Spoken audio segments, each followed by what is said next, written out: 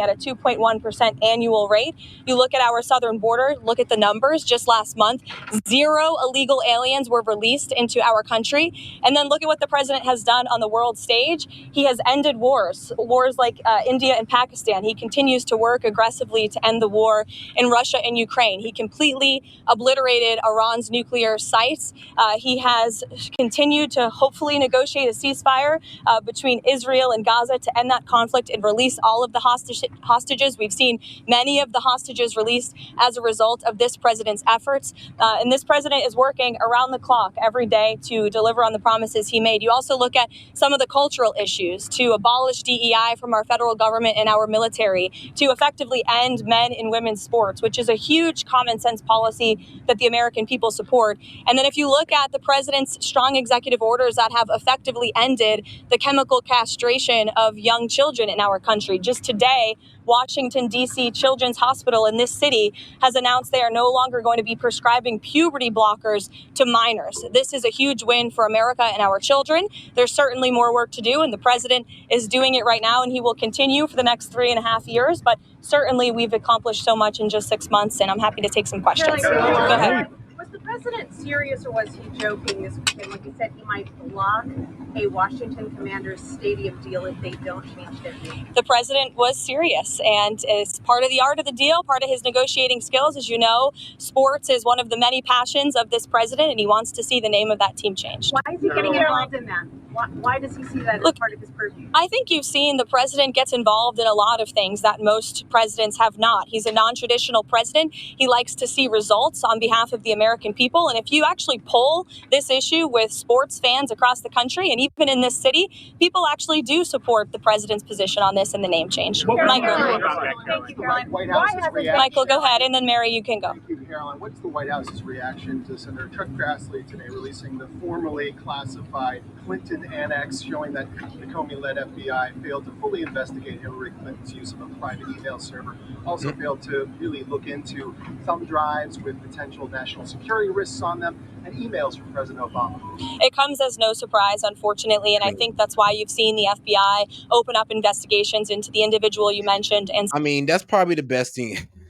Man, the fact that the Dems were able to get away with that much lets you know they really did run their entire administration, from the intelligence, to the Department of Justice, all that. Because, yes, the fact that Hillary was able to get away with something like that is wild. And, but you know what? We'll just leave Hillary alone. We'll just leave Hillary alone for now. I guess we could just focus on Biden.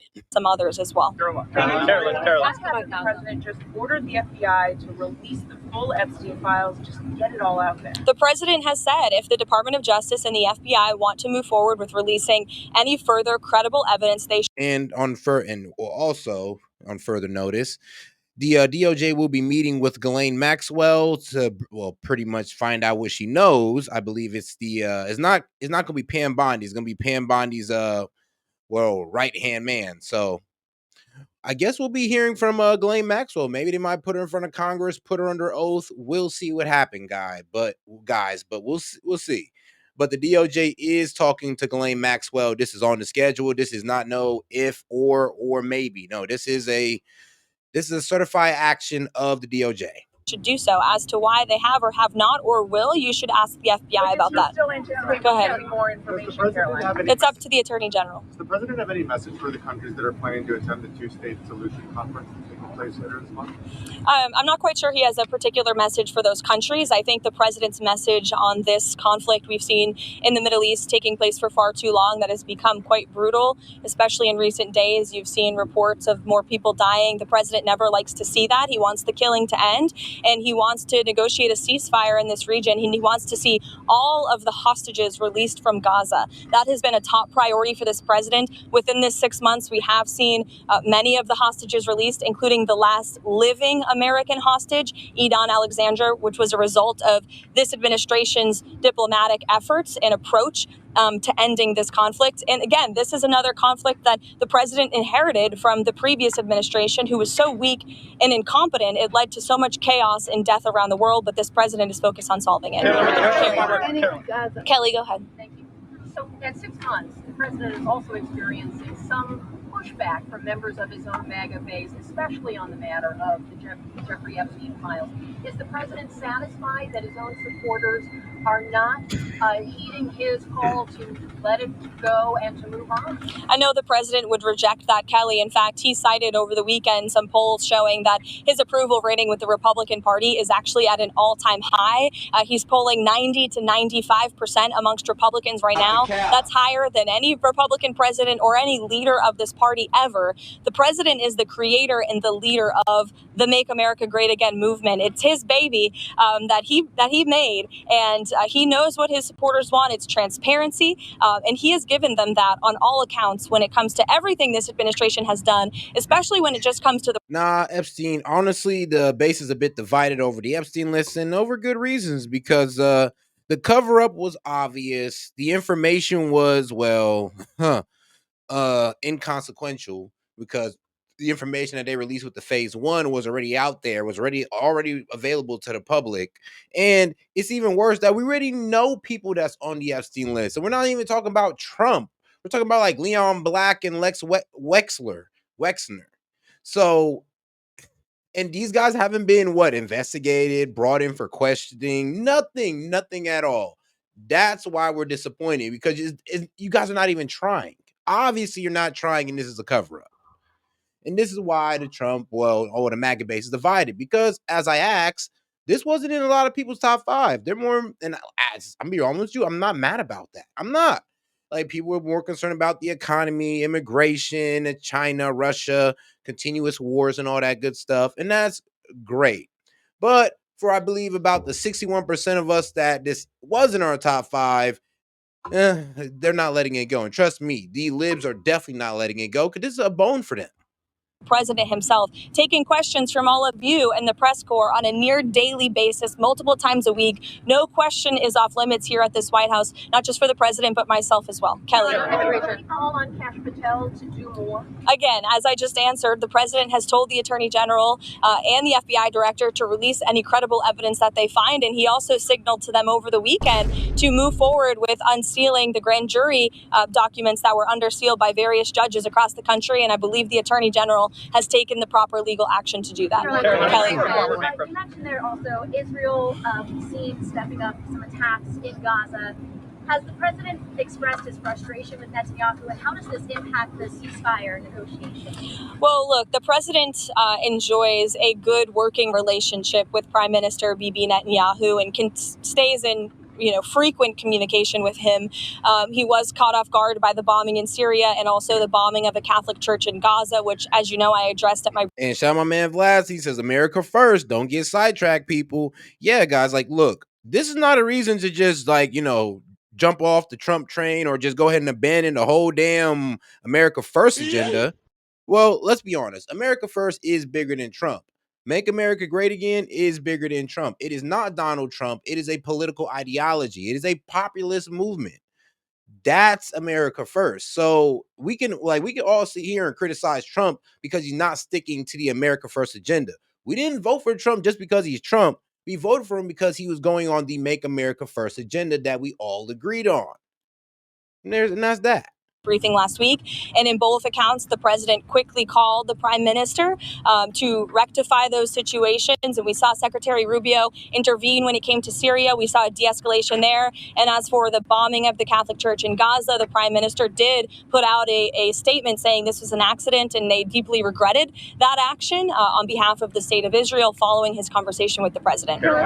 Jordan. The White House is taking a position on Maria Salazar's work visa bill, and ideally, what does the president want to see with a work program for aliens? Again, I know you asked me about that last week, and I regret to inform you my answer remains the same. I don't think that's the focus of the White House right now in terms of legislative priorities, but certainly, I promise you, we'll get a readout on the bill. But as I reiterated to you before, the president does not support amnesty for illegal alien criminals. And I think the tragic... Yeah, no. We're not talking about the illegal alien criminals. We want those guys out. No, we're talking about the amnesty for the farm workers and the hotel guys.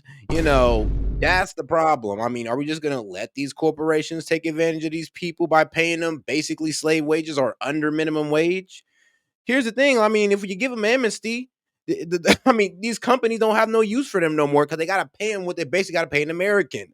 The whole benefit of these illegals is to underpay their ass. Making them citizens or giving them amnesty means they have to pay their ass now.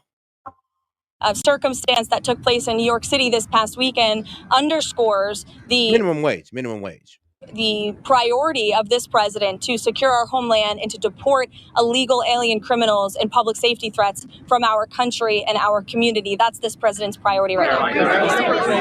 That in the last several months, Americans have become more hesitant about President Trump's different ways that he's been conducting immigration. They think that it's going too far. Is the White House going to...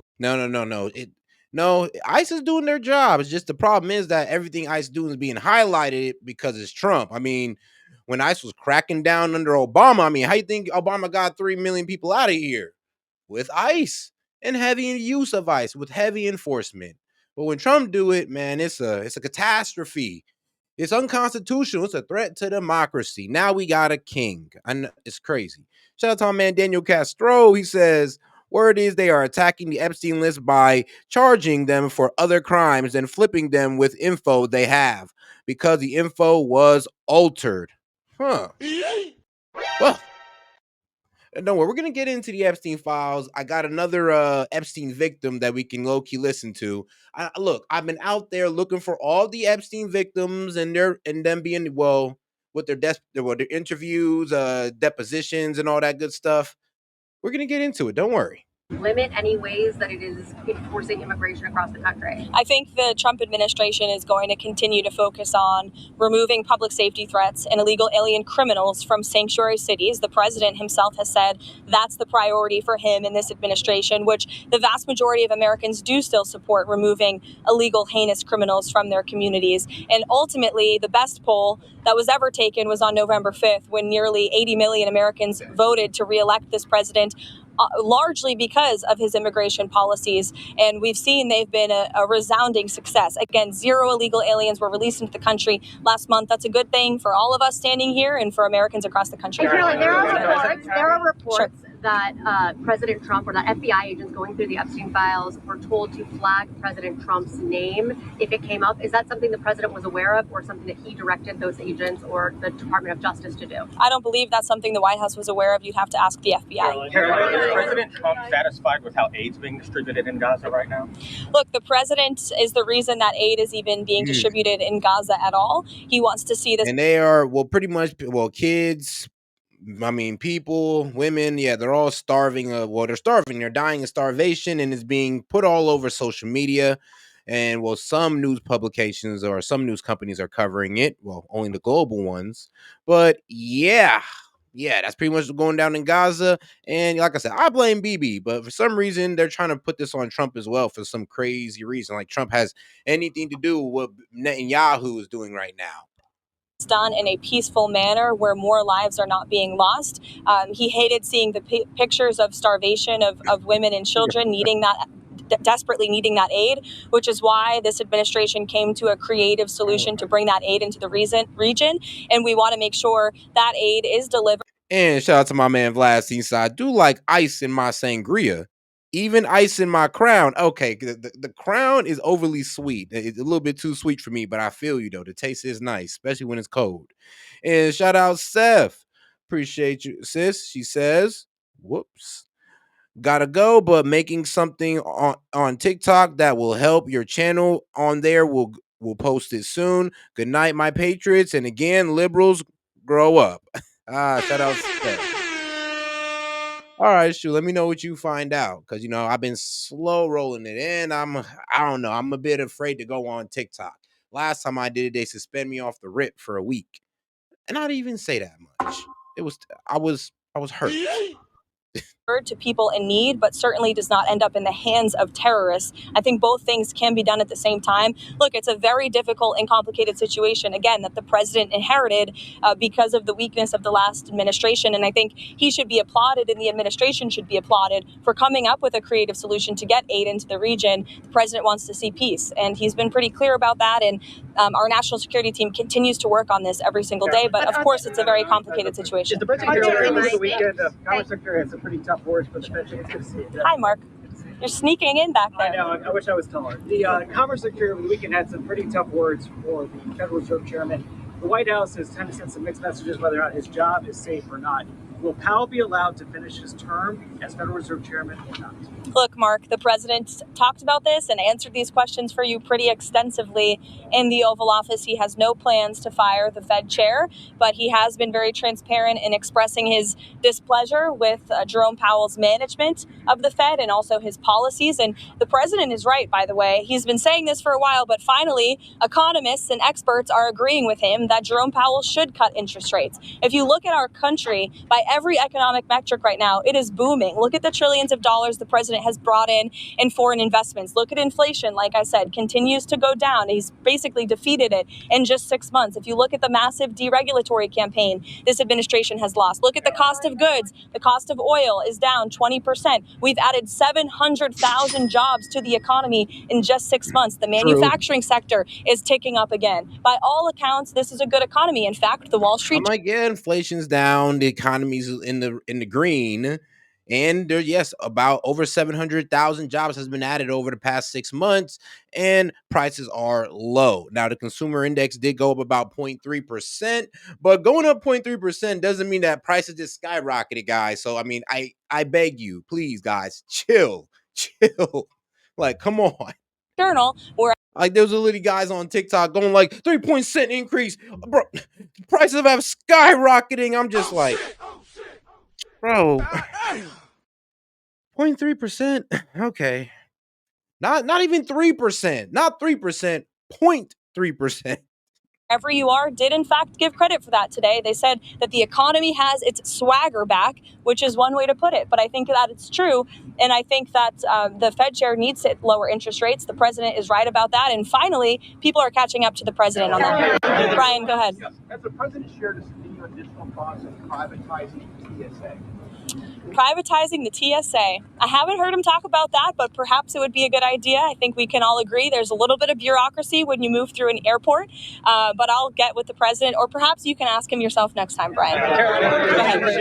Carolina, the Congressional Budget Office released updated estimates today about the Big Beautiful Bill now that it's law. They estimate that the deficit will grow by $3.4 trillion by 2034, and that $10 billion. I swear to God, it's a new... So first, it was 2.8. Then with the revisions to the Big Beautiful Bill, now, yeah, for the first draft of the Big Beautiful Bill, they said it was going to be 2.8 trillion.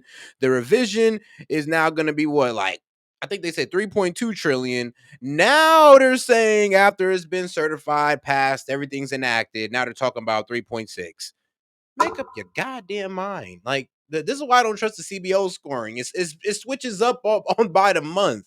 It's like, make up your mind, because the 2.8 trillion didn't work because that mean the tariff revenue would have covered it. They went with the 3.2 and that left reason for concern. Now 3.6, make up your damn mind, please. Like, give me a straight number, please and thank you. And hey, shout out Cumin. Appreciate the support, sis. She says, hey, y'all. Hey, what's good, sis? And shout out Last Scene. He says, a big issue is that these blue states are adding extra taxes to make Trump look bad. Illinois added a 30% tax to gas alone. I really hate our fat toad. I mean, yeah, you guys do have that, man, that fat mobster. I ain't gonna lie, that man look like a straight up mobster, like a fat cartoon mobster. People will lose health coverage by 2034. He just needs a cigar. I know you guys are critical of the CBO. More broadly speaking, is there any concern from the administration that this bill, now that it's law, will increase the deficit in any way or remove anyone from health insurance that they have legally American citizens? No, look, this bill was a great bill for the American people. It was the largest tax cut for middle and working class families in our nation's history. And the president wants to see this country get our fiscal house in order. That's why this was a fiscally responsible bill, one of the most fiscally conservative pieces of legislation for its size that has ever crossed through Capitol Hill. And the president wants to cut our deficit. That's why he's effectively using tariffs to bring more revenue into the United States to ultimately pay down our debt that has been created by presidents on both sides of the aisles for many, many decades. There John. are 11 days until that August 1st trade tariffs deadline. What can we expect between now and August 1st in terms of potential announcements of trade deals with any countries?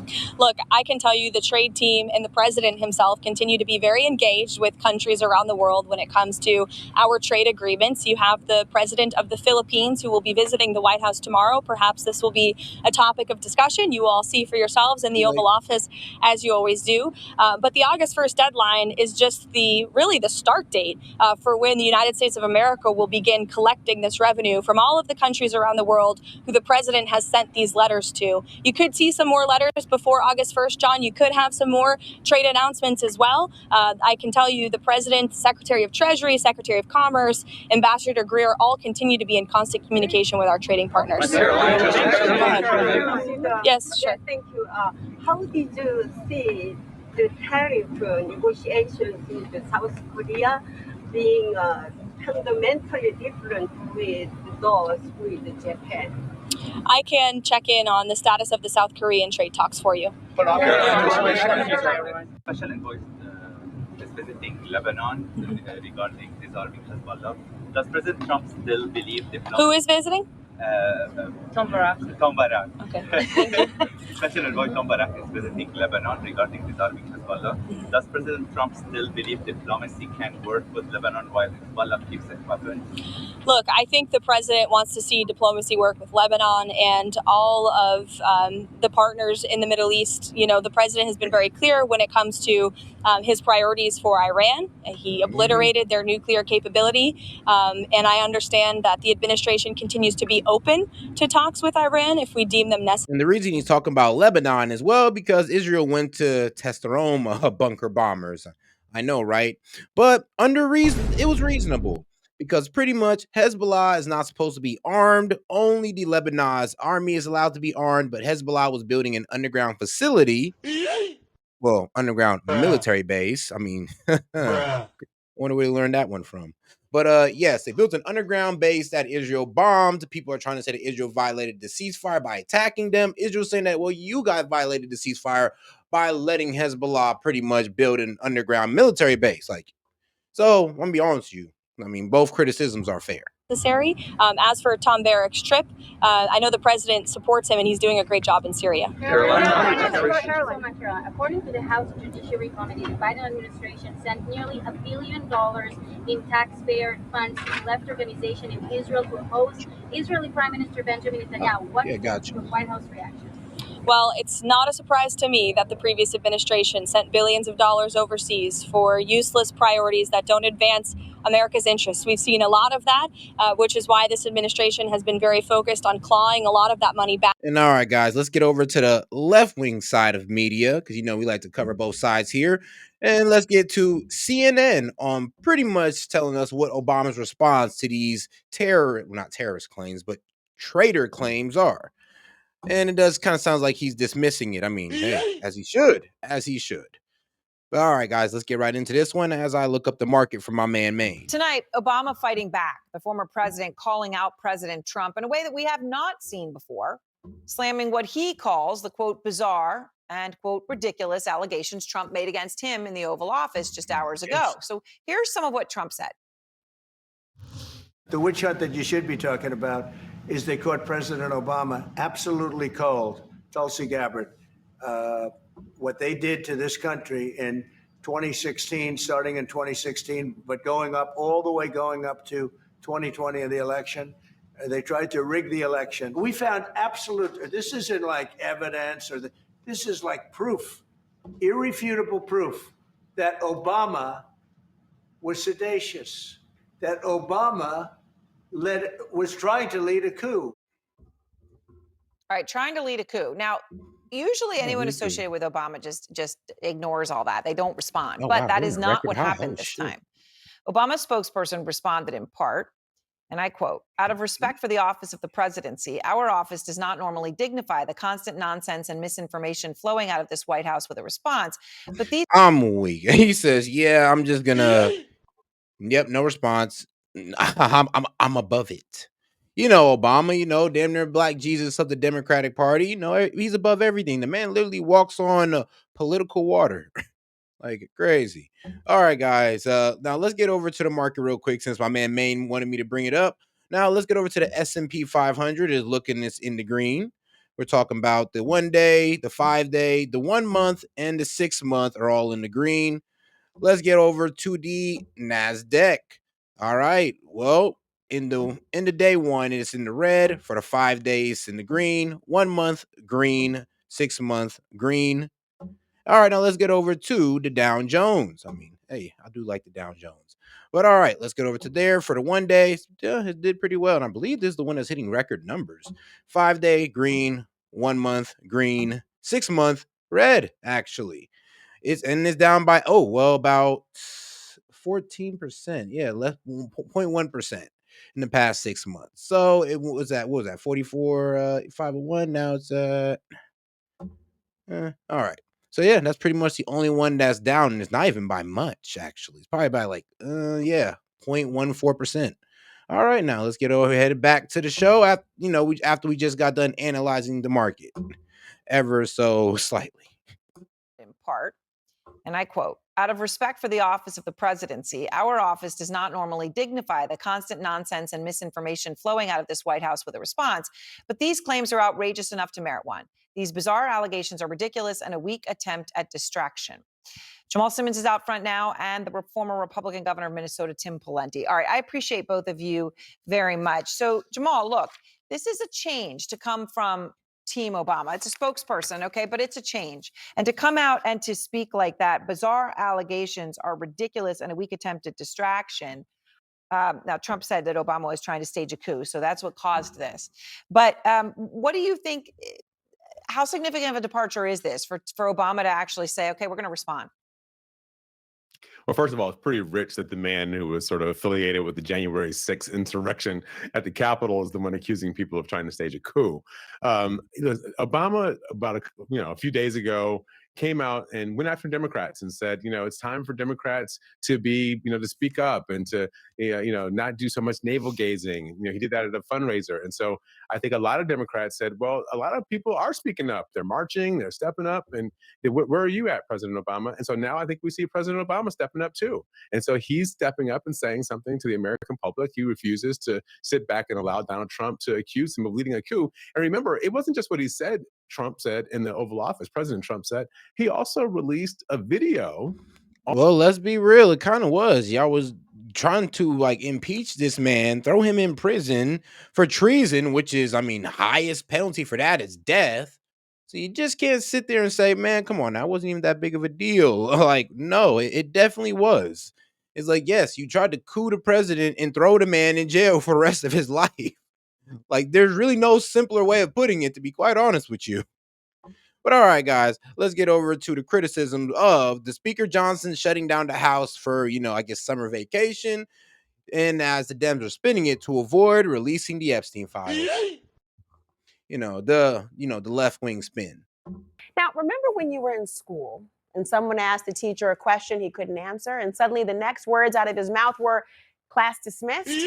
Yeah, well, that's what Speaker Johnson just did for the House. What was the question? A vote on a bipartisan push to release the Epstein files, and poof, time for recess. The now 5.5-week August recess. A full 180 for Speaker Johnson. It was just, last period when teachers said, there's no such thing as a stupid question. A week ago, he wanted full transparency. Today there is. It's a very delicate subject, but we should put everything out there and let the people decide. The president has said clearly, and he has now ordered his DOJ to do what it is we've all needed DOJ to do for years now, and that is to get everything released. So they're in the process of that. There's no purpose for Congress to push an administration to do something that they're already doing. Joining me now, two people I'm sure with perfect students, CNN political commentator S.E.T and Republican strategist Lance Trover. Glad to have you both. I have to go right where he said, Lance, because there are sources that are telling CNN that Speaker Johnson essentially told House Republicans, of course behind closed doors, that the administration needs some time here to deal with whatever the it is. Is the speaker essentially saying that our congressional authority or our interest for the public is not as important as that time? I don't think so. I think there's folks in the media and some on the Democratic side who want to spin it that way. But I think, look, it's the president's prerogative. He's the one who is giving the orders to DOJ and others, or at least nudging his Justice Department to move forward on this. But it's Congress who asked for it. They have to wait for the president to say, well, you don't have to. schedule? But look, it's the speaker's prerogative. He's the speaker of the House. And if he wants to give the president... I mean, let's be honest, though. We did just make these guys work overtime to pass this big, beautiful bill. Like, they were doing 24-hour sessions here. So for them to want a break isn't really unreasonable. I'll be honest. Like, and I do get it. It's like, bro, right when we're trying to release the Epstein files, like, come on. But they were just going through crazy stuff when it came to the big, beautiful bill, rescission. I mean, the Trump's rescission of $9 billion to take away funding from these government funding news publications. Like, yeah, it's been a busy month for them. Well, a busy 2 months. That's certainly his prerogative. And the quote that came after that was, you mentioned the transparency. He agrees and still says everything should come out. That was not that included in that video that we just saw. Well, let me play for you another bit. I like transparency. I like full quotes as well. So there you go. Speaker Johnson, Sochi, seemed to suggest that the congressional oversight actually would hamper DOJ's efforts at the time. And that was part of why he wanted to delay. And there are some conservative hardliners who are not having it at all. Listen. It's not going to die down. I know. If you assume that, the public decides that anyway. I don't assume anything, particularly with this. This transcends politics. But 79% of the American public want some sort of transparency. It's the number one phone call that we get by far. It's probably 500 to 1. Damn. 500 to 1? And I always tell people, man, it's like, it's crazy how there was like even political podcasters like who were saying, you know, the Epstein I believe Trump supporters, the Epstein list is like a 70-30 issue. I was like, no, dog. There's more than 30% of MAGA who cares about this, who sees it as a top priority. Like, this is important. And it really is important because even if Trump does all this good, who's to say that this blackmail operation does not overturn all of that? We need to know that we actually have some type of transparency in the government where we know these guys are working within their own interests and not the interests of somebody else. And I mean, and God forbid that they're not working off the interests of somebody that's blackmailing them. That's the main point about the Epstein list. It's like, one, we have politicians who are blackmailed. We have people on Wall Street who are blackmailed. And I'm pretty sure this has affected, or these choices that they made under being blackmailed has affected everyday Americans. I can guarantee you that. I mean, of all the issues, that might shock people, I have to say that this is the issue, but it's very symbolic, it seems, of other issues. How do Democrats deal? And shout out to my man Vlad Steen. He says, by the way, at Castro, the central banks, they're all greedy as fuck. Oh, man, don't I know it? Don't I know it? Like, man. And shout out to my man Hellbat. He's like, nah, F them. Make them work live. The average person does. Shout out my man Hellbat. With what's 500 to 1 for Republican calls? Well, it's very obvious that Like what the Speaker average Johnson man is does, doing yep. is he's trying to protect Donald Trump politically. And I think that Democrats are just sort of along for the ride and just watching this all unfold. They don't control anything. And it's just funny that the administration has sort of been caught up in all this. In terms of the push and pull with Congress and DOJ and who gets, you know, the oversight capability to interview witnesses, et cetera, there's always this push and pull with DOJ and Congress. And it happened during Mueller. It happening during Mueller. But it's normally for investigative purposes. It's normally when there is an ongoing investigation and when you could potentially hurt the ongoing criminal investigation within the Justice Department. It's never really about a political issue per se. And this is something that's a little bit different because what you have here is you have Congress and Republicans in Congress who are hearing from their base. Their base is clamoring. They're getting the phone calls. They want to do something about it. Yes, they sure are. But here's the thing, though. If they deliver, even if we gotta wait for it, then they'll be just fine. I mean, here's the thing, though. It's probably the best thing they could have done was put a pause on things and give themselves some time to, well, one, rest, and two, figure out what the hell they about to do next. All right, now let's get over to Epstein accuser recounts Trump's late night visit to Epstein's office. Of course, by CNN. Of course. I mean, trust me. Mainstream media, left wing media is going crazy on this. I mean, they're pulling everything out. Promised is Maria Farmer, who says Epstein and Ghislaine Maxwell sexually assaulted her. So she says she saw Trump at Epstein's office late at night in 1995. At the time, she was 25 years old. Epstein had just hired Farmer, who was an artist, to help him acquire art. Farmer urged the FBI to look at Trump's connections to Epstein twice, in 1996 and again in 2006, which, of course, means Trump's name could very well be in those government files that the administration is refusing to release. Maria Farmer is now suing the government to try to get the unredacted files about the allegations she brought forward about Epstein. President Trump has not been the target of any investigation related to Epstein, nor has he been accused of any criminal wrongdoing in this case.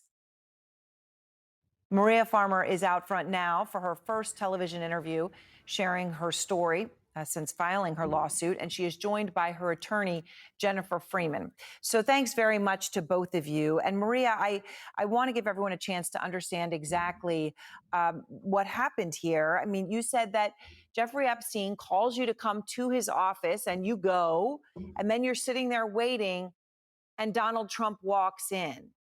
What happened? Yes. Worse Well, ones first than of all, that. I'd like to thank you for having me on, Aaron. I really appreciate it because I need to say up front that I've waited 3 decades to be able to even be heard about this because the government has not held any of the people I reported accountable. And so basically, the night before I went in, before I began working for Epstein, he called me at very late in the evening and asked me to come up to the Helmsley Palace offices. And I didn't even have money for a subway token. It's kind of embarrassing. So I had to go running up there. And so I told Epstein, I'll be up there. It'll probably take me until like 9. He's like, okay. So I get there and I'm waiting. It's dark. Like there's no light on in the offices. And I thought that was really weird. So I'm seated against the wall in the main part of the offices. And Here's the thing, though. I'm pretty sure CNN did not vet any of these girls. It's just anybody who's willing to come out and say something salacious against Trump about Epstein, they're going to bring you on. I mean, I'm pretty sure they're not vetting any of these girls, to be quite honest with you, because there's a couple of them that are real, that the real ones, they don't bring on. Because it's not about Trump. It's like they don't make it all about him. But these girls who make it all about Trump, I'm telling you, it worries me. And here's the thing. I'm not saying that they're lying. I'm not just going to say they're 100% lying. But when you make it all about Trump and not mention that the other guys that were there, the other billionaires or politicians, it's all Trump, Trump, Trump. Yeah, it makes me think that you're lying. You're only doing this because you're getting paid to pretty much say, oh, Trump, Trump, Trump. I mean, there's more than Epstein. And look, if Trump was involved, it wasn't just Trump doing this with the girls as well. There was other people there too, other famous people, other politicians, other well-known figures. So why does everybody just name Trump, Trump, Trump, Trump, Trump? That CNN brings on. just waiting for Epstein. And he says, I'll be out in a minute, and he's got. Oh, and shout out to my man BG Floyd. He says, when you can have and buy anything you want and have power, you must turn to the dark and evil, forbidden things to get a thrill. Yeah, I think it's that whole you got too much money, and I mean, what's outside the realm of possibility? And sometimes some people need to cap themselves on that one. Now, we're not going to say that all rich people just are complete freaks, but we can see where having all that money can kind of lead you down the wrong path, especially if you're spending your money on the wrong things, like drugs and hookers, like like your Hunter Biden or something. The door closed. And then a few minutes later, this man walks in a business suit, kind of tall, imposing. And I immediately was like, that's Donald Trump. What's he doing here? I'm supposed to be working for Epstein and interviewing with him. Why is Donald Trump here? And he walked up. No, they don't. about, a few feet from me and just stood over me in a very imposing way and looked at me like he was in on some secret or something. It was really weird, like smirking kind of. And I felt threatened, so I made an ugly face. And when I made that ugly face, Epstein walked out from the offices on this side. Trump's standing here, I'm here. And he walks out of his office and he goes, "Oh, no, no, no." He was laughing at me. And he goes, "She's not here for you. Follow me." Right? And he escorts him in to this other room. And I always wondered, who was she in there? Was someone in there? Right? And I have no way of knowing, nothing. But I felt very intimidated because I had on running shorts and I was vulnerable, sweaty, just a nobody in an office with these two men. That it felt very predatory and uncomfortable. I have to say that when I made that ugly face, he backed off. It wasn't like he was aggressive after that, but Okay, nah, this is a nothing burger. It's just pretty much her saying that, well, Trump looked at me, Epstein told him, "Oh, that's not for you," and then he walked off. It's like, yeah, that's not enough, sweetheart. I mean, I was hoping you had something else, but I mean, if that's all you got, then it is what it is. Well, let's get over to their interview with Jeffrey Epstein's brother, Mark Epstein. Let's get right into it. 3 guests on this show who either knew Epstein or knew Trump have all used the exact same words to describe